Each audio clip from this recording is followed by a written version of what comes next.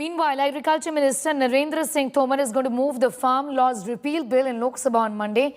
Tomar said that the Prime Minister has already announced a decision to constitute a committee to deliberate on the issues of crop diversification, zero budget farming and making MSP system more transparent and effective.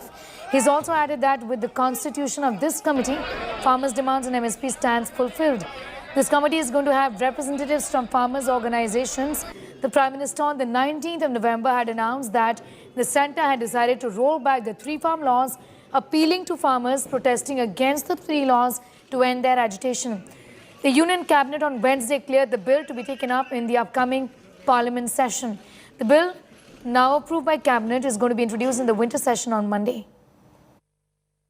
प्रधानमंत्री जी ने zero budget खेती, crop diversification, MSP को और प्रभावी, पारदर्शी बनाने जैसे विषयों पर विचार करने के लिए एक समिति बनाने की घोषणा की है।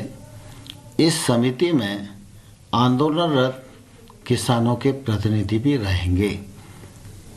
किसानों की क्रॉप डाइवर्सिफिकेशन और एमएसपी पर विचार करने की भी मांग थी।